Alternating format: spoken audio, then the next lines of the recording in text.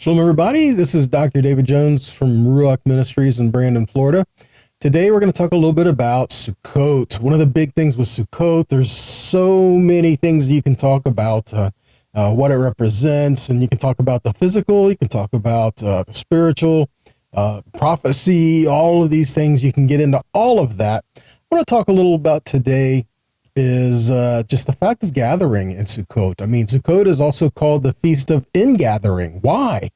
So we're going to address that a little bit, touch on that. And again, seeing the Father's heart in all of this is the goal, to see what he desires for us to do. So Sukkot is prophetic in the idea of the entering forever, dwelling with Yahweh, Emmanuel, Yahweh with us. And we're dwelling with him, he's dwelling with us, and just a time of entering into forever. After the judgment and after everything else is said and done, we are with Yahweh. So we can say that's it, that's the goal. But guys, Yahweh has called us to start manifesting his kingdom here, to start living in his kingdom here, to start working in his kingdom here. So these are some things that we need to address. These are some things we need to touch on. Is our heart one of restoration? Is our heart one of helping to bring in the people that are lost, the people who need Yahweh? And let's face it, in some degree, in some way, shape, or form, we're all hurting. We're all broken. We've all got issues, but we need to learn to work together in the midst of all of these to the glory of Yahweh. And Sukkot is one of the main issues with that. I mean, the Shalosh Regalim, the 3 foot festivals, 3 times a year, all Israel was supposed to get together and go into Jerusalem, the place where Yahweh had placed his name, and to worship him during these 3 foot festivals, right? We have Feast of Unleavened Bread, and then we have Shavuot, and then we have Sukkot. During these times, everyone was supposed to come, and there's many, many reasons for that, but one of which is so that we all realize we're not alone. You know, how many of you have ever felt like Elijah, you know, where you're saying, Yahweh, I'm the only one who serves you. Everybody else has gone off, right? Be careful, okay? No, you're not the only one. But at times it's easy to get discouraged, okay? And that's the gathering of the people of Yahweh, is to help us in seeing we're not alone. And then to help prevent us from being discouraged, and help lift each other up, and to help just rejoice together with Yahweh and one another, and all of this coming in together. Well, Sukkot is a big picture of all of that, okay? So let's start back in Leviticus 23, verses 39 to 44, and we get to Sukkot. It talks about the 15th day of the 7th month, when you have gathered in the fruit of the land.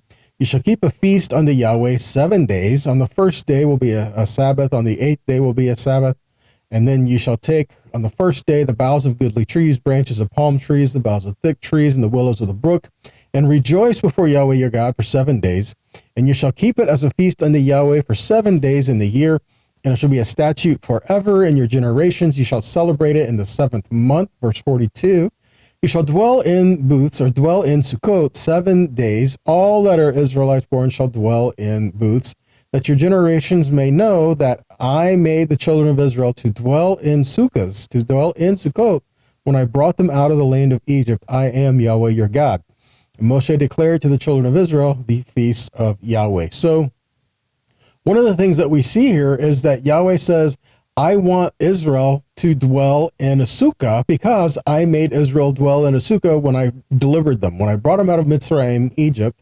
When I brought them out and I redeemed them and I brought them to myself, I caused them to dwell in sukkahs, which is Sukkot. Okay, I caused them to dwell in temporary structures, temporary dwellings. And again, the reiterating fact of that is because I am Yahweh. It's not just a matter of, okay, what else do we need to know? Well, we really don't need to know much else other than he wants us to do it. For no other reason, really, than he is our God. He is the one that we serve. He is Yahweh. We follow him. So we're doing that. But there are plenty of things that we can learn along the way. One, we rely on him. One of the things with building a sukkah and dwelling in it, you know, being in there part-time, you know, being in there, it's 7 days plus 1, the 8 days. It's a temporary dwelling, a temporary thing. And guess what? You're exposed to the elements. You got to trust Yahweh. Okay, especially where I'm at in Florida. You know, you got to trust Yahweh, because this is the time of year during Sukkot when we get storms. We get rain. We get big, bad storms, okay? And we got to trust Yahweh. He's going to take care of us. He's going to handle the things that we need in life, and he's going to dwell with us. And there's going to be safety in the midst of all of that as we dwell in Sukkot, okay? So one of the things that we learn during Sukkot is we are learning to dwell with Yahweh, but we are also learning to dwell with one another. And if we can get that, then we can see the promises of restoration and reconciliation with all that Yahweh is bringing in, right? Let's take a look in Amos. I know it seems kind of like a wide jump, right? Coming from Leviticus and then jumping forward to Amos, right? But this is what we're doing. We're going to go to Amos chapter 9, verse 11. It says, "In that day will I raise up the tabernacle of David that is fallen and close up the breaches thereof, and I will raise up his ruins, and I will build it as in the days of old." So here's a question. I will raise up the fallen tabernacle of David. How many of you have heard that? The fallen tabernacle of David, the fallen tent of David. But guess what it means, guys? The Hebrew is I will raise up et Sukkot David. I will raise up the Aleph Taf Sukkah of David. It's a sukkah. It's a temporary dwelling. So we have a picture here. What's the deal with the sukkah? Well, it's kind of accessible. You know, and even the roof that goes on a sukkah, I mean, you can see the stars through it. So it's not just like, oh, we get a heavy rain and guess what? We'll be dry. Well, not really. Be kind of dry. You won't be as wet as if you were outside, but you can see there. So that's even that. It's a temporary thing.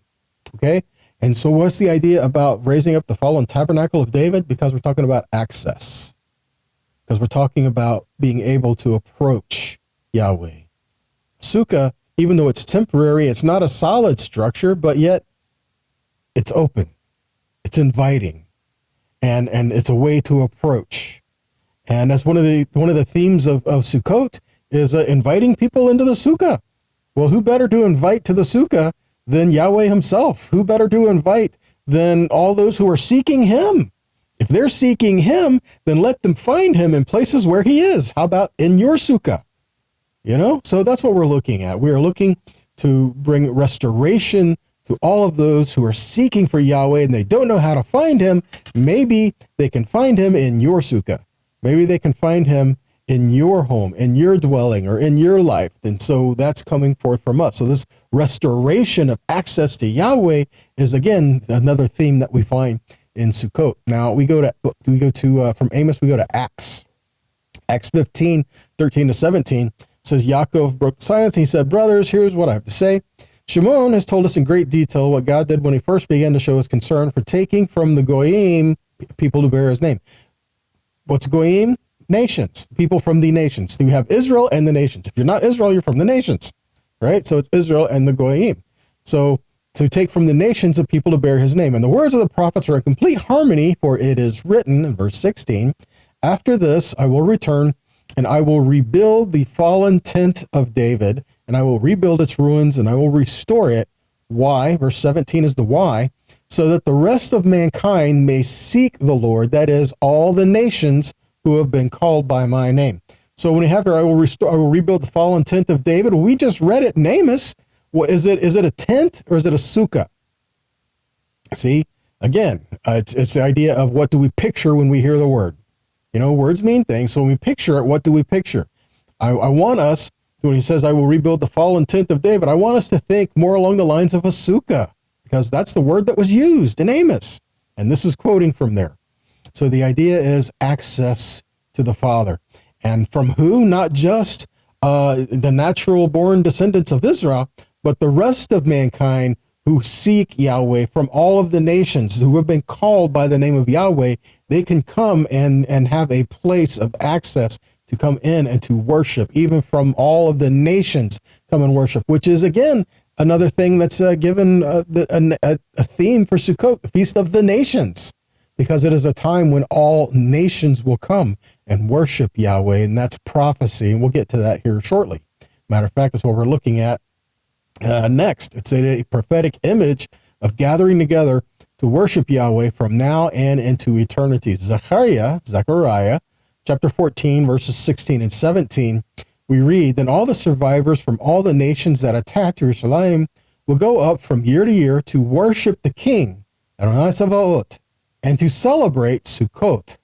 Furthermore, If any of the nations of the earth do not go up to Jerusalem to worship the king, Adonai Tzavaot, they will have no rain. So a couple things we're looking here.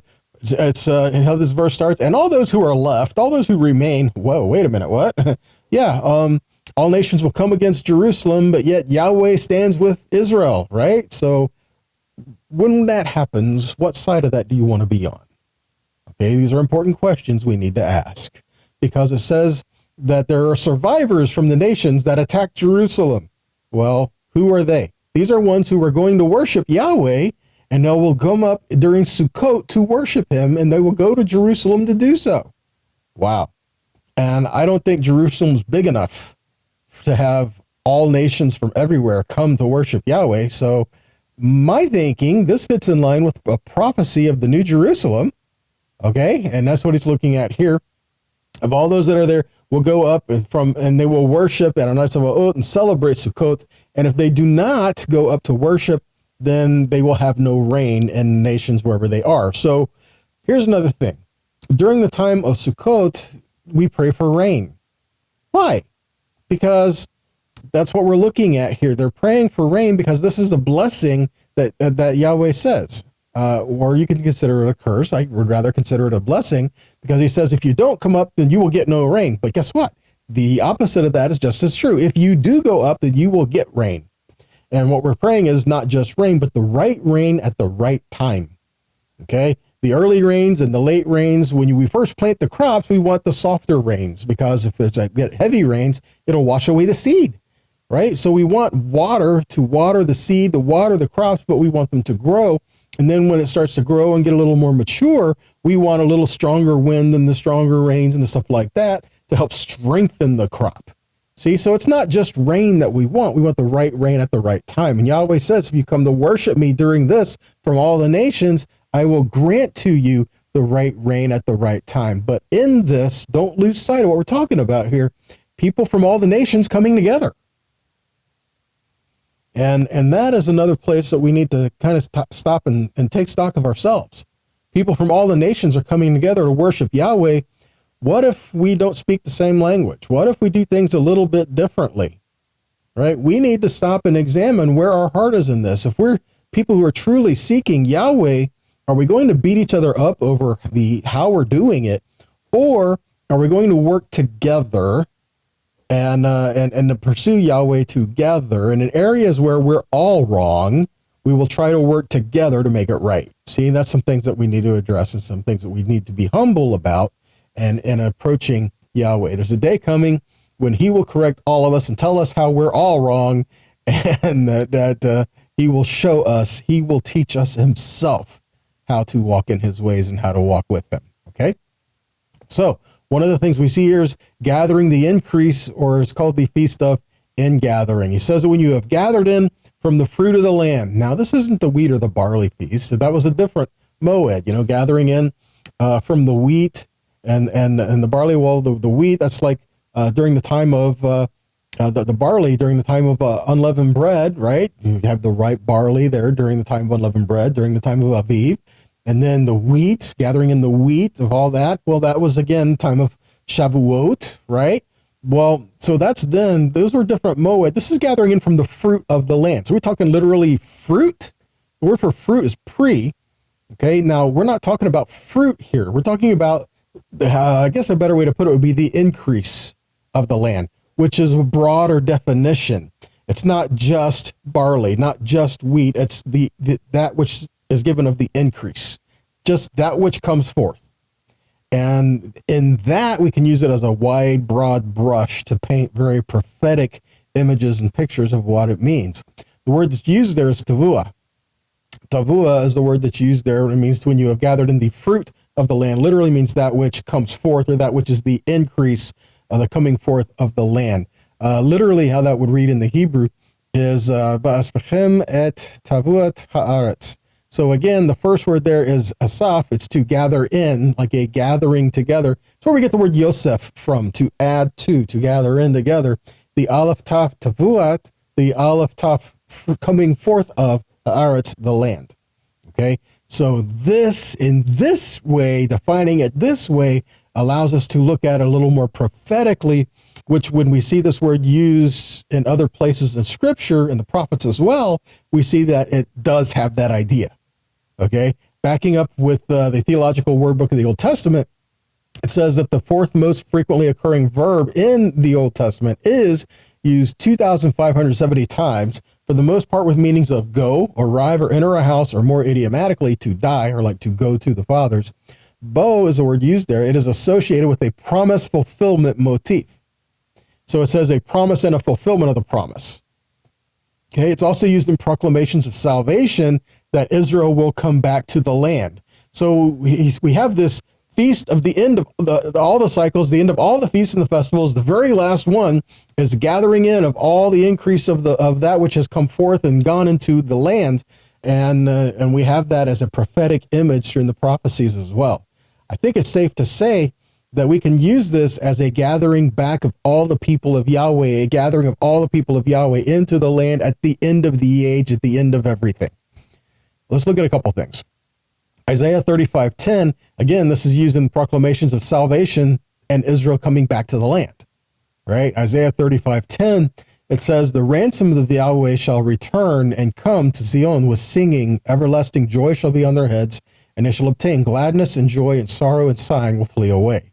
In Isaiah 51:11, it says, the ransomed of Yahweh shall return and come to Zion with singing, everlasting joy shall be on their heads, and they shall obtain gladness and joy, and sorrow and sighing shall flee away. See that? It's the same thing, isn't it? Yeah, but it's being repeated in different places, and it is saying the same thing. They will be ransomed, they will come back, and they will return. Okay? In Ezekiel 11:16 and 17, it says, therefore, thus says Yahweh God, though I remove them from far off the nations, and though I scatter them among the countries, yet I have been a sanctuary to them for a while in the countries where they have gone. Therefore say, thus says the Lord God, I will gather you from the people, assemble you out of the countries where you have been scattered, and I will give you the land of Israel. See that? Yahweh says, I have scattered you all over the world, but yet when I bring you back, I will bring you back to Israel. And I will. So again, we have a promise of restoration, promise of a hope of all of this. His restoration to the people of Israel is bringing them back to the land. All right. In Ezekiel 34:11 to 13, it says, thus says the Lord God, behold, I myself will search for my sheep and will seek them out. As a shepherd seeks out his flock when he is among his sheep that have been scattered, so will I seek out my sheep, and I will rescue them from all the places where they have been scattered on a day of clouds and thick darkness. And I will bring them out from the people and gather them from the countries and bring them into their own land. And I will feed them on the mountains of Israel, by the ravines, and in all the inhabited places of the country. You'll see that? So we have this idea here. Yahweh has scattered people into all the world, into all the countries, but he will call all to come back and gather all the people back in. The reason why the people of Israel were scattered out into all the different countries of the world was because of idolatry.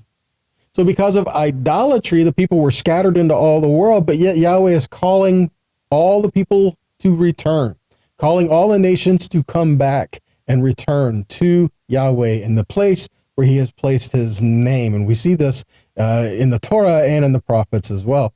Deuteronomy 30, verses 1 and 2 says, it shall come to pass when all these things are come upon you, the blessing and the curse which I have set before you, and you will call them to mind among the nations where Yahweh your God has driven you, and you shall return to Yahweh your God, and you will obey his voice according to all that I command you this day, and you and your children with all your heart and with all your soul. See that? So that's what he's looking at. He says, so you're going into all the nations, right? But he says you will return, and you will hear the voice of the Lord your God, and you will be obedient. You will shema his voice. Jeremiah 31, 8 to 10 says, behold, I will bring them from the north country and gather them from the coasts of the earth, and with them the blind and the lame, the woman with child and her that travails with child together. A great company shall return.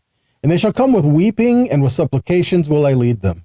And I will cause them to walk by the rivers of waters in a straight way, wherein they shall not stumble. For I am a father to Israel, and Ephraim is my firstborn.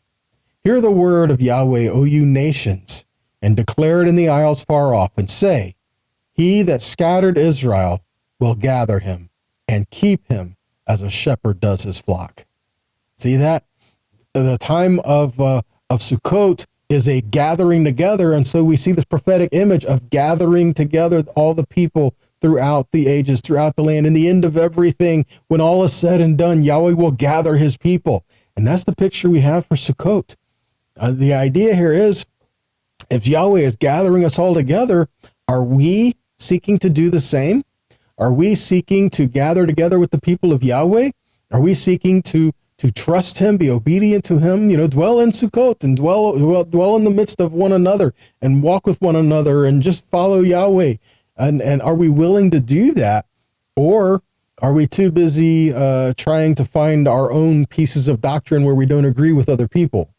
I'm not saying we have to just blindly accept everything everybody says.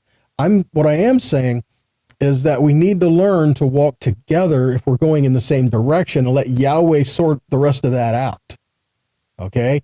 Because I don't know everything, and neither do you. So we need each other so that we can walk together and we can kind of help each other out, because we have different perspectives, we have different things to say, and maybe Yahweh is putting us together so we can have a better idea of his heart and his truth between the two of us. See? And it's not just the way I see it, or not just the way you see it, but the way that Yahweh is calling all his people together to come toward him. Let's back to the idea here. Ezekiel 28 verses 25 and 26 says, thus says the Lord God, when I shall have gathered the house of Israel from the people among whom they are scattered, and shall be sanctified in them in the sight of the heathen, then shall they dwell in their land that I have given to my servant Yaakov, and they shall dwell safely therein, and they shall build houses and plant vineyards, and they shall dwell with confidence when I have executed judgments upon all those that despise them round about them, and they shall know that I am Yahweh their God. See that? After judgments come forward, after all this, Yahweh's gathering in all of his people, and they will be dwelling in safety in Israel, in the land, back home. Jeremiah 23, verses 1 through 5, says, woe to the pastors that destroy and scatter the sheep of my pasture, says Yahweh. Consider that for a moment. It says, woe to those who destroy and scatter the sheep. If there are people who Yahweh is saying, leaders among people who are scattering the sheep, who are not pointing the way to Yahweh or doing that, woe to these people who are doing that to these sheep. Shouldn't we have a focus of coming together? Shouldn't we have a focus of gathering if Yahweh doesn't want us to be scattered? Even Yeshua says when he came and he looked upon the people and he was distraught because they were hapless and helpless. They were like sheep without a shepherd. They were distraught, and it grieved him. So we need to learn to be a people to gather and to come together. Back to Jeremiah 23. Therefore, thus says Yahweh God of Israel, against the pastors that feed my people, you have scattered my flock and driven them away and have not visited them. Behold, I will visit upon you the evil of your doings, says Yahweh. And I will gather the remnant of my flock out of the countries where I have driven them, and I will bring them again to their folds, and they shall be fruitful and increase. Verse 4, and I will set up shepherds over them, which shall feed them, and they shall fear no more, nor be dismayed, neither shall they be lacking, says Yahweh. Behold, the days come, says Yahweh, that I will raise unto David a righteous branch, and a king shall reign and prosper, and shall execute judgment and justice on the earth. I believe that's speaking of Yeshua directly, right? Okay, so Deuteronomy 30, if you look through verses 1 through 10, it talks about this scattering and regathering in of all Israel, but let's take a look at verse 4. Okay, it says, if your outcasts are in the uttermost parts of heaven, from there Yahweh your God will gather you, and from there he will take you. Now back to this idea of gathering that we're looking at. We always use the word, we already used the word tavua that we're looking at, but here's a different word. It's not the same word there. This is the word kavatz that's being used here. He says, from there Yahweh your God will gather you. Okay, and that's the word yikavetzka, Yahweh Elohecha. So again, this is the word kavatz, Yahweh your Elohim. So he will gather you from there. So what is kavatz? What are we looking at when we look at kavatz? What is this gathering? What is that gathering talking about? Well, again, back to the theological word book of the Old Testament, it says, by accomplishing a clear prophecy, God exhibits his sovereignty and therefore sanctifies himself to those gathered, like in Ezekiel 20, verse 41. So this gathering together, he says, as a pleasing aroma, I will accept you when I bring you out from the people and gather you out of the countries where you have been scattered, and I will manifest my holiness among you in the sight of the nations. So again, from gathering from all the nations and gathering you in together as one. And we see another prophecy of this in Genesis 49:1, when Yaakov called all his sons together, and he says, gather yourselves together. It's ha'asfu is the word that's used there. And again, that word is asaf. Again, same word we get Yosef from. Okay, Yosef, one of the brothers among Israel. So we have ha'asfu and this gathering together. So gathering together, that I may tell you what will befall you in the last days, and that is be'acharit hayamim, which means in the last days. So we have this prophecy. Yaakov is gathering all Israel together, and he's saying, gather yourselves together. Like Asaph, gathering yourselves together. Gather in. And again, it's the idea of gathering together, something like you would gather seeds in together, and the other word used there, kavatz, would be like gathering into a silo, gathering in. So again, this is agriculturally speaking, like gathering in from seed and gathering in from the harvest is be used just in the same ways here, okay? Because the next verse, we see the other word being used, kavatz. He says, gather yourselves together and hear, sons of Jacob, and hearken to Israel, your father. So he says, ahasfu, who gather yourselves together, and then gather together. And again, that word kavatz is used there. And Shema, sons of Yaakov, hear from Israel, your father. So again, we have pictures of in the last days, all of Israel will be gathered together, and we will hear the voice of our Father. That's what I'm getting at. This is a prophecy of gathering all the people together, gathering all the nations together, gathering in all that were scattered, gathering of all the people of Yahweh, all of those who are called by his name, all together in a place to dwell in unity together, which is another one of the themes that we find in Sukkot, because in Leviticus 23:40, we have the idea of the arba minim, the 4 species. And it's kind of interesting if you haven't done that, but we'll cover that in just 1 second. There we go. Yeah, Leviticus 23:40.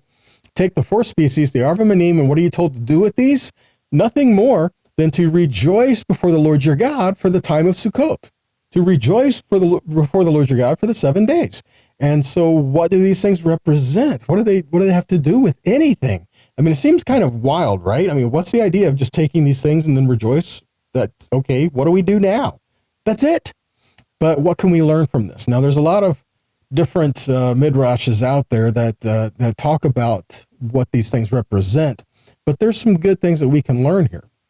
One is this: the etrog and the lulav, they do represent a person, because you have the palm. It looks like a backbone, and so it could represent upright, or the backbone, the spine, the standing upright, being upright before Yahweh.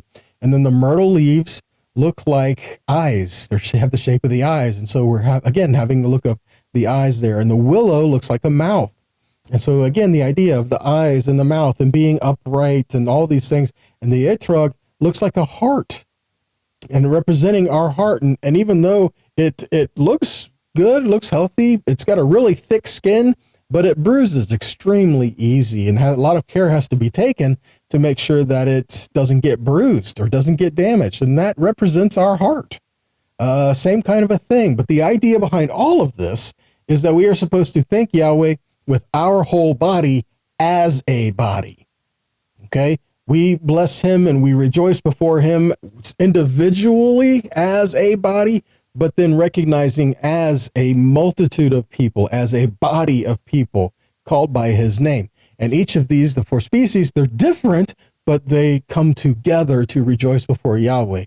So again, of all this, there's all different kinds of people, all different things. They all symbolize different things. We all have different thoughts, and we may not look at everything exactly the same way, but we're not complete until we come together as a body. We're not whole until we come together as the body of Messiah. And so learning to dwell in together is what we're looking at. And further, Yeshua said to gather as well. Yeshua said we should gather. Matthew 12:30, he says, he that is not with me is against me. He that gathers not with me scatters abroad. Luke 11:23 said, he that is not with me is against me, and he that gathers not with me scatters. A commentary on Matthew 12:30 says it would be the following: whoever does not persevere with me multiplies paths and get lost. So it could be looked at that way as well. If we're not gathering with him, if we're not following him and showing others how to follow him in that, are we trying to create other paths? Are we trying to create other ways and think we're going to end up in the same place? No, the only way we're going to end up in the same place is if we're following him. Okay? Because that's our goal. That's our focus. We're following him. Even though we are many parts, let's keep our eyes on him. Let's keep our focus on him, our ears tuned in towards him, our hands reaching for him, our feet walking towards him, everything about us being towards him. We are one body. We find that Romans 12:4-5, where it says, for just as we have many parts in one body and all parts do not have the same function, so we who are many are one body in Messiah, and everyone parts of one another.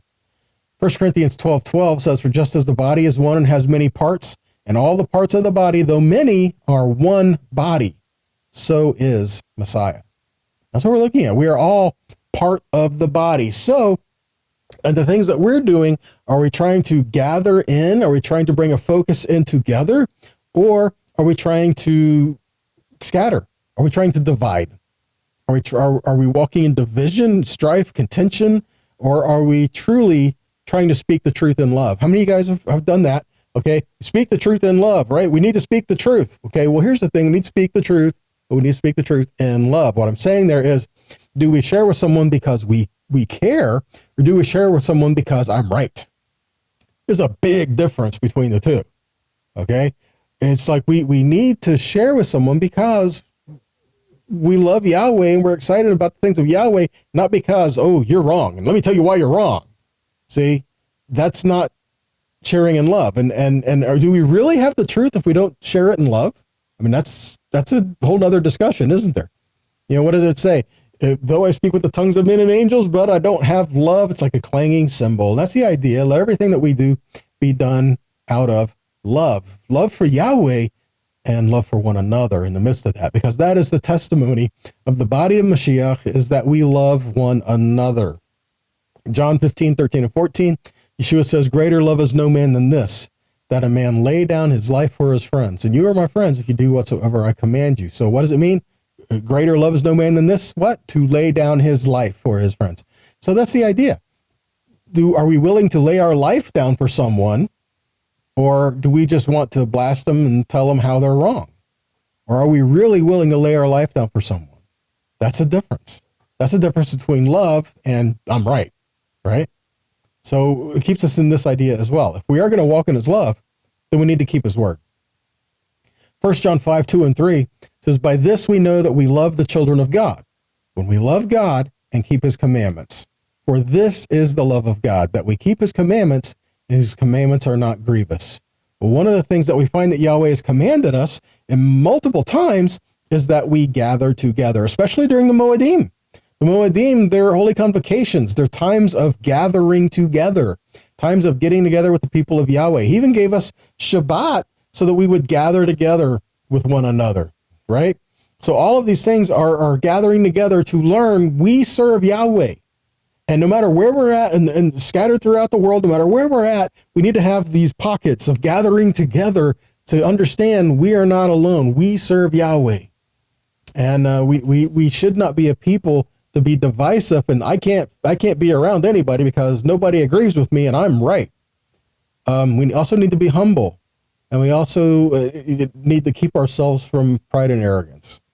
Okay, and I realize that sounds a little like that when I say that, but that's what we have to do. We have to show that our desire for Yahweh is there with showing his love to his people, right? And furthermore, if we really want to walk in the Torah, so much of the Torah is reliant on us being around people. Because how much of the Torah can we really walk out if we're never around anybody? We're not walking in the Torah if we're hiding all the time. And we can't walk in the Torah if we're running off to a hill somewhere and escaping society, okay? Yeshua said, occupy till I come. That means we have a task. We have stuff to do. And in Proverbs 18, it says, one who isolates himself, he seeks his own desire, and he defies all sound judgment. A fool finds no delight in understanding, but only in expressing his opinion. So again, when we're sharing the truth and when we're talking to people, is it just, oh, I just got to say what I got to say, and I don't want to hear anything you got to say? Are we only just wanting to express our own opinion? Or are we trying to help bring in a place of relationship? That's a different thing. And that's what we're looking at. We need to help with a place of relationship with one another, to where we are willing to lay our lives down for one another. That means we're going to lift each other up when we need it. We're going to help correct one another when we need it. We're going to help be around each other when we need it. And we're going to learn to be a body together. And that's something else we find in Hebrews chapter 10, verses 22 to 25. It says, let us draw near with a true heart and full assurance of faith, with hearts sprinkled clean from an evil conscience and body washed with pure water. Let us hold fast to the unwavering confession of hope, for he who promised is faithful. And let us consider how to stir up one another. Look at that. We're supposed to stir up one another, but not to agitation, and not just to stir each other up. No, we're to stir up one another to love and good deeds. Okay, we can only do that if we're around each other. So we are to encourage one another into love and good deeds. And do not neglect our own meetings, as is the habit of some, but encourage one another, and all the more as you see the day approaching. That's what we're talking about. Are we encouraging one another, lifting each other up? And when we need that encouragement from ourselves, we need to be around people that can help us do that, help give us that too, because we all need that at time to time, right? The idea of all this in the time of Sukkot, dwelling with one another, gathering in with all the body, our heart is to help bring in the harvest that was planted, so that we can all dwell together with Yahweh as one people, having one king, and we are his family. Okay. Well, guys, that's all I've got for you today. I hope this has been a blessing to you, and I hope it's challenged you too. That's the idea. We want to encourage you. We want to challenge you, and we want to help get you in the word. We all need to be changed, right? Step by step and day by day. So, with that, I pray this has been a blessing to you. And until next time, guys, be safe and